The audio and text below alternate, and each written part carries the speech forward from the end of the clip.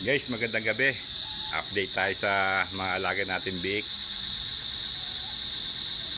Ayan guys, mga tulog na, mga busog eh.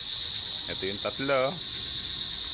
Ayan guys, ito yung side niyan. Pagkahapon, ang nililinis natin yung may portion na tayo na lang.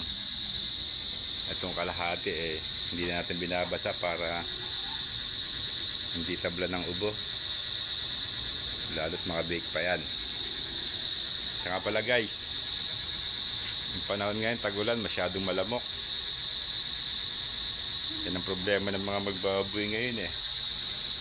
Kahit doon sa taas namin, yung mga nag-aalaga doon, problema na lang yung lamok. Pagsapit ng hapon, sigurado yan.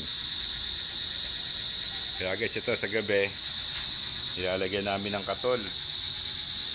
Okay lang, sagay natin, lagyan ng katol.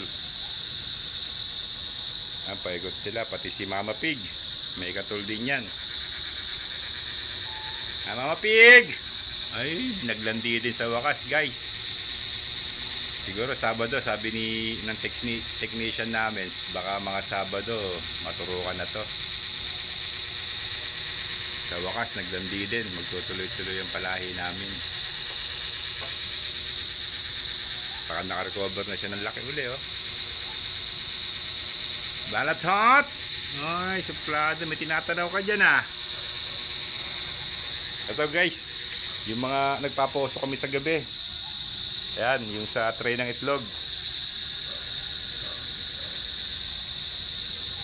Yan, ang ginawa ko, pinutol-putol ko kasi pag isang buo, ang bilis maubos eh. Saglit lang, ubos na. Ito, bali, 3 tray ito sa 4 na tray, tama-tama na siguro mga alas 10 ng gabi. Paalis na yung mga lamok na yon. Plus katol.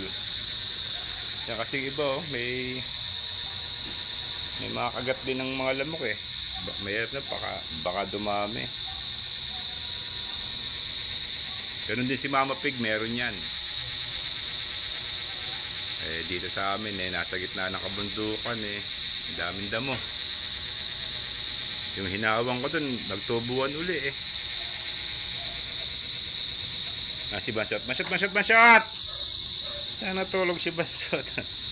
Hindi mo na makilala si Bansot eh. Ayun. Gagalaw yan. Bansot! Ay, tirik ang mata ni Bansot. Ayun, may balat sa tenga. Jambo na yan si Bansot ko eh. Ayan guys, ang ganda ng usok niya no? Matipid lang siya, para katol lang din. Tapos bago umalis, i-spray na natin ng diesel. Ito guys, shoutout nga pala ulit kay Mangang Umba. Sa kanya tong idea, naituro din sa kanya, ginaya din natin. Effective naman guys. Lumalayo ang mga lamok.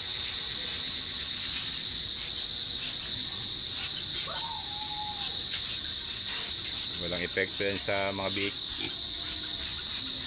Lalo sa umaga maganda yan, yung mga langaw talagang tinataboy na itong diesel. Si Mama Pig din, i-spray natin to eh. Mama Pig! Seryoso ang Mama Pig oh. Oh! Ayan, para wala masyadong lamok. Guys, mag-iingat tayo at lagi parating na ang bagyo. Dito sa Rizal, ang masyadong naapektuhan yung mga bantang Talban eh. Pababa ng Marikina hanggang Cainta. Nadadali sila ng flash flood. Kaya ingat tayo guys. Yan, na-spray na natin. Medyo umiiwas ang lamok dyan eh.